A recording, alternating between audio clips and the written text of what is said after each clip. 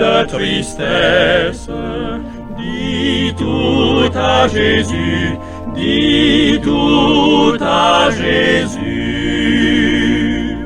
Son cœur est ouvert à ta voix sans cesse. Oh, dis tout à Jésus. Dis tout à Jésus. Oh, dis-lui tout. Combien son accueil est doux. Il peut comprendre, il aime à t'entendre.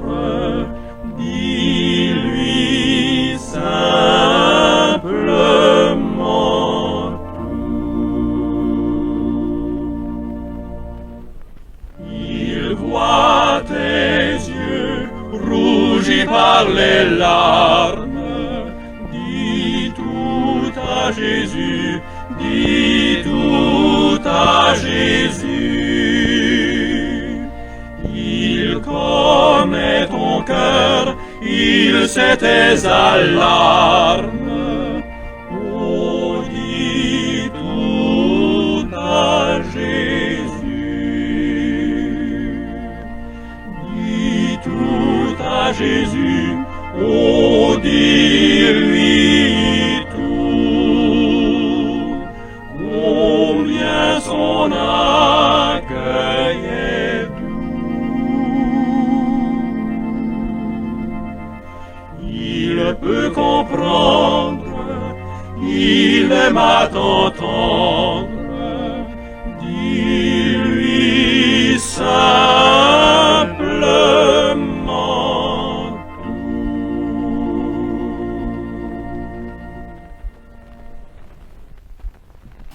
Bien-aimés de Dieu et amis, bonjour, que sa paix, sa grâce en soit avec vous toutes et tous. Et je vous souhaite déjà une très très bonne semaine bénie, richement bénie en lui. Gardez votre cœur. Fondamentalement, le christianisme n'est pas une religion, mais une personne, Christ, qui tient du cœur. Il suffit de confier notre cœur à Dieu pour que le reste suive. C'est une question de cœur. Cet organe est le noyau central de notre être. Un simple coup d'œil dans la Bible nous le fait remarquer. Plusieurs passages bibliques, en effet, le mettent en exergue. 1 Samuel 16:7. Nous lisons « Dieu nous juge selon notre cœur et non selon notre apparence. » Il méprise tout acte religieux qui ne vient pas du fond du cœur, selon Isaïe chapitre 29, verset 13. Au psaume 139, verset 23, le psalmiste nous dit que Dieu sonde nos cœurs, sonde-moi, ô Dieu, dit-il, et connais mon cœur, éprouve-moi et connais mes pensées.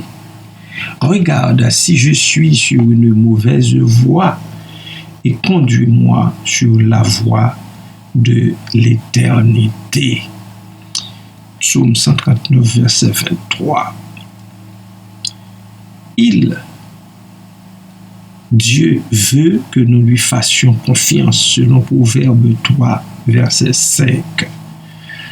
Et quant à Jésus-Christ, il nous donne deux lois. Deux lois. Sa loi, alors deux commandements. Deux commandements qui se basent sur deux principes. Aimer Dieu et aimer les autres de tout notre cœur. Matthieu chapitre 22, versets 37, 38 et 39. Jésus a réprimandé les pharisiens pour avoir encouragé une religion de bonnes œuvres dépourvue d'amour. Il aurait été acceptable d'éprouver de la haine et de satisfaire les désirs de leur chair dans la mesure où ils ne commettaient pas de meurtre ou d'adultère. Selon Matthieu 5, 21 à 30, versets 43 à 48. Mais Jésus n'était pas du même avis. Il a dit que nos paroles et nos passions révèlent l'état de notre cœur. Matthieu 6, 21 et 12, 34 parle de cela. Il a aussi promis que des fleuves d'eau vive jailliraient de nos cœurs une fois qu'il y résiderait, une fois que nos cœurs, qu'on lui ouvre notre cœur, qu'on lui fasse de la place dans nos cœurs. Qu'est-ce qui arrive comme résultat? Eh bien, ce sont des fleuves d'eau vive qui couleraient, qui jailliraient de ce cœur donné, remis au Seigneur.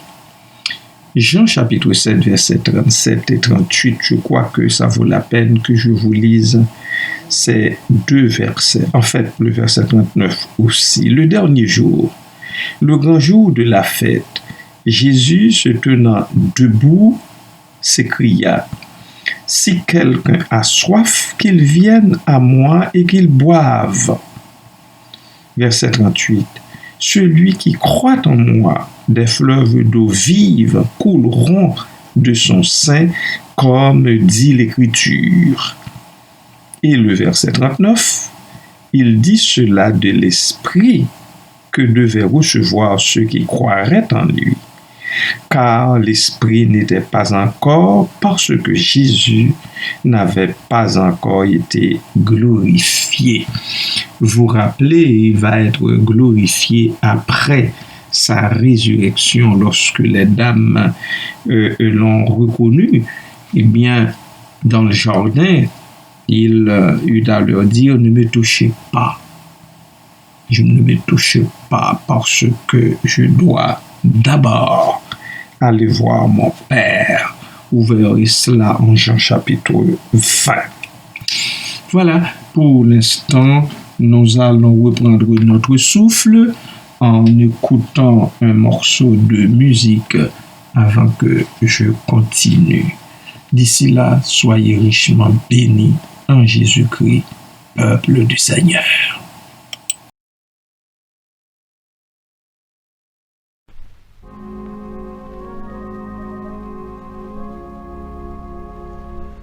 Venez au Sauveur qui vous aime, venez, il a brisé vos fers, il veut vous recevoir lui-même, ses bras vous sont ouverts. Oh, quel beau jour, Sauveur fidèle, quand nous appuyons sur ton bras, dans la demeure paternelle, nous porterons nos pas. Venez, pécheurs, il vous appelle, le bonheur est dans son amour. Donnez-lui ce cœur rebelle, donnez-le sans retour. Oh, quel beau jour, Sauveur fidèle, quand nous appuyons sur ton bras, dans la demeure paternelle, nous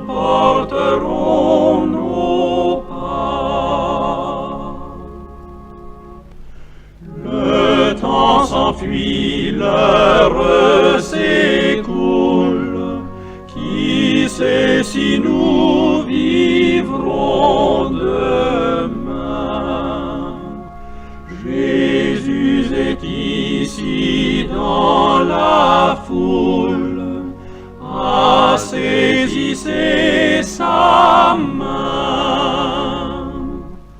Oh, quel beau jour, Sauveur fidèle, quand nous appuyons sur ton bras, dans la demeure paternelle, nous porterons nos pas.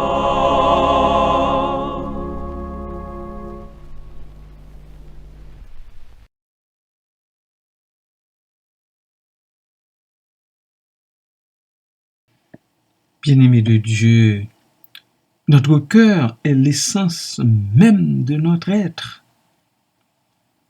C'est ce qui nous caractérise au plus profond. Voilà pourquoi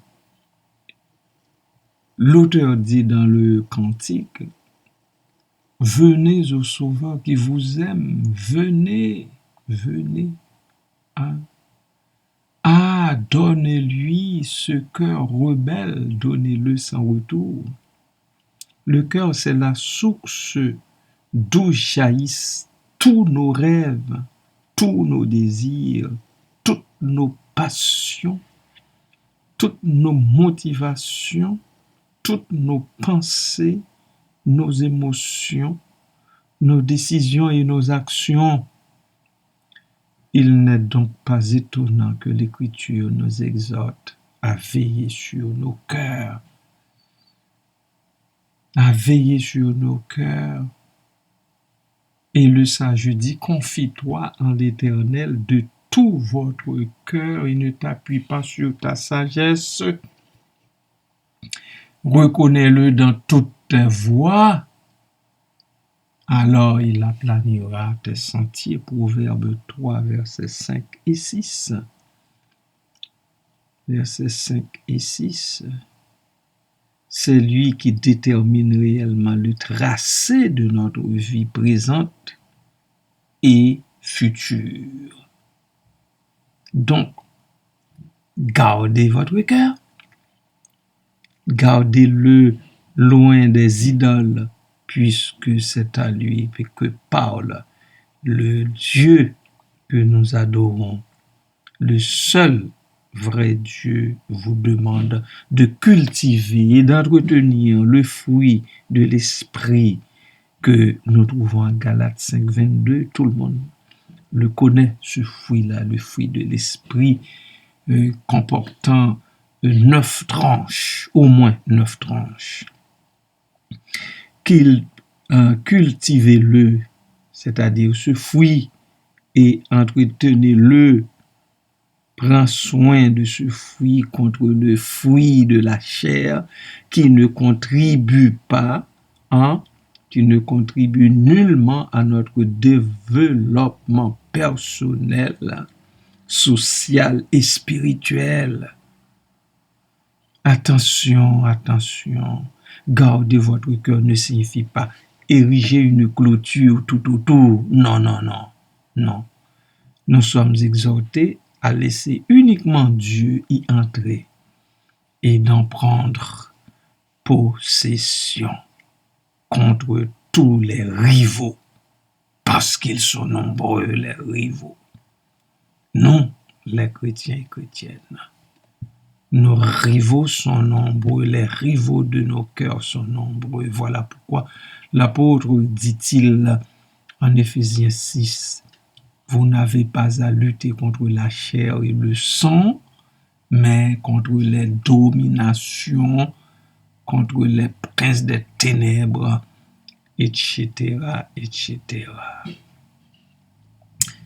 Voilà, bien-aimés de Dieu, bien-aimés du Seigneur. Nous avons dans la parabole du semeur que nous trouvons en Luc chapitre 8, versets 4 à 15, remarquez le rôle central que joue le cœur dans l'histoire. Il faut aller prendre connaissance de cette parabole-là.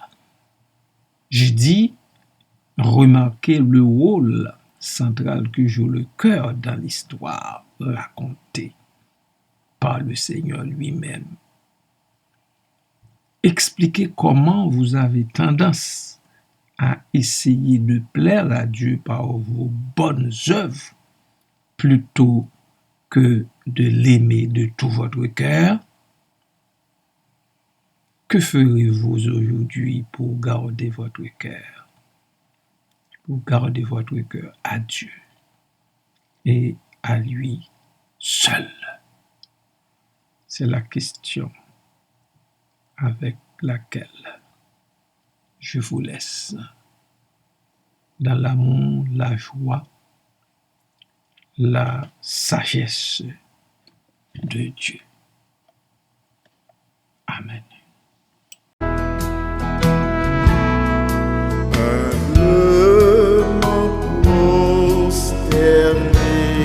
Seigneur, devant ta majesté,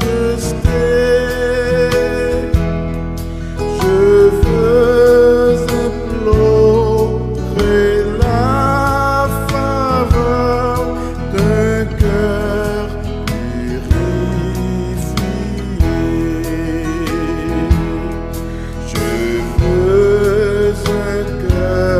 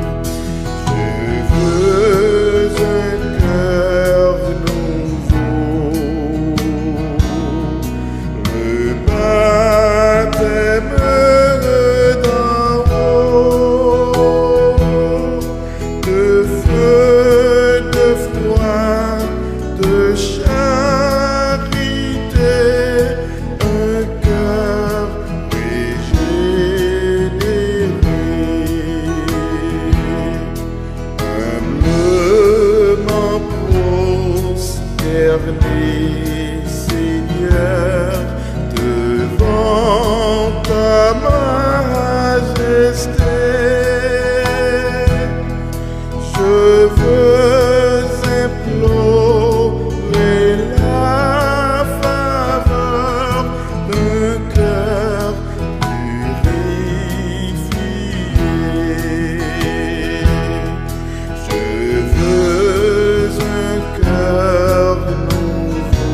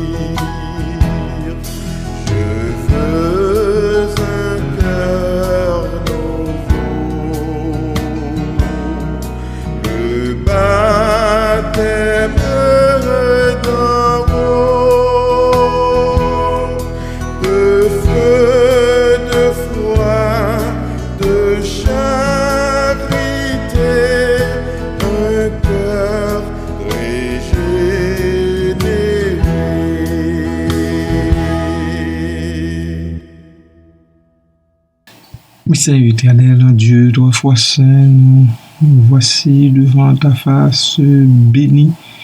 Nous voulons, ô Dieu, te remercier pour le privilège que tu nous fais d'écouter nos prières, de recevoir nos plaintes, nos supplications, d'entendre, Seigneur, ce que nous avons à te dire. Nous bénissons ton Saint-Nom, parce que dans le passé, tu nous as écoutés et tu as répondu à nos demandes selon ta sainte volonté. Présentement, ô Dieu, nous voulons déposer devant ton trône cette requête. Ô que notre cœur cesse de rébeller avec toi, que notre cœur s'ouvre pour que tu y entres et y restes pour le temps et pour l'éternité. C'est pour cela nous avons scandé les paroles de ce cantique humblement prosterné, Seigneur, devant ta majesté, parce que c'est toi la majesté. Nous voulons que tu nous donnes dans ton amour un cœur nouveau, le baptême d'en haut, le baptême de feu, le baptême de foi, le baptême de charité, un cœur régénéré, un cœur patient, un cœur aimant le bien, un cœur sachant souffrir aussi, pas un cœur qui désirerait que tout se passe bien, que tout arrive en un instant, comme on presse le bouton de la machine pour avoir la canette. Mais un cœur humble, un cœur soumis, un cœur sachant souffrir. C'est ce cœur que nous voulons, c'est ce cœur que nous te demandons, ô Dieu. Et nous te prions dans le nom de Jésus de nous l'accorder ce cœur. Commence, ô Dieu, par me l'accorder ce cœur. Et ensuite, donne-le leur. Donne-le aux bien-aimés, Seigneur, à tes filles, à tes fils, à ceux et celles qui veulent bien, ô Dieu, se soumettre à toi, qui veulent bien te suivre jusqu'au bout, malgré les circonstances. Fais leur grâce et miséricorde, ô Dieu. Pardonne nos péchés à nous tous et toutes, et ouvre nos yeux afin que nous arrivions à démasquer les ruses du diable. Merci Père, merci Papa, merci Seigneur, merci pour tes riches bontés, pour tes miséricordes sans nombre qui se multiplient jour après jour. Seigneur, en notre faveur, en faveur de nos enfants, en faveur de nos proches. Merci pour ça, Papa. Merci, Père. Merci pour les malades qui ont été touchés, guéris. Merci encore une fois, oh Dieu, pour ma sœur Marie-Mariana Angibou, sur qui tu as posé ta bonne main. Elle rend le témoignage. Elle dit qu'elle sait que c'est par ta grâce, par ta seule grâce, qu'elle existe encore. Merci, Père, pour la grâce que tu lui as faite de prendre le volant de son automobile et de se rendre à l'église. Oh, Papa, quelle grâce, quel privilège. Après tant d'années depuis qu'elle n'a pas pu y toucher, mais Seigneur, tu l'as restaurée au point de pouvoir recommencer à conduire sa voiture. C'est toute une grâce et elle était très heureuse, très contente de se rendre au temple pour être avec les saints dans la foi, comme elle me l'a dit, pour participer, Seigneur, au service divin. Merci, Père. Béni soit ton Saint-Nom, à toujours et à perpétuité. Amen.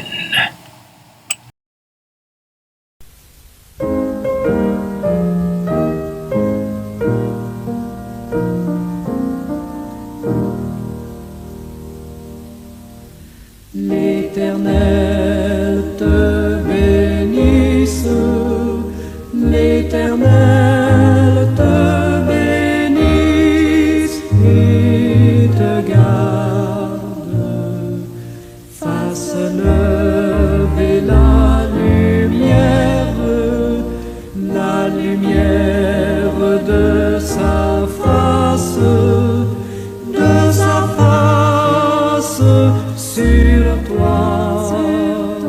sur toi, use de grâce envers toi et te donne la paix, et te donne la paix.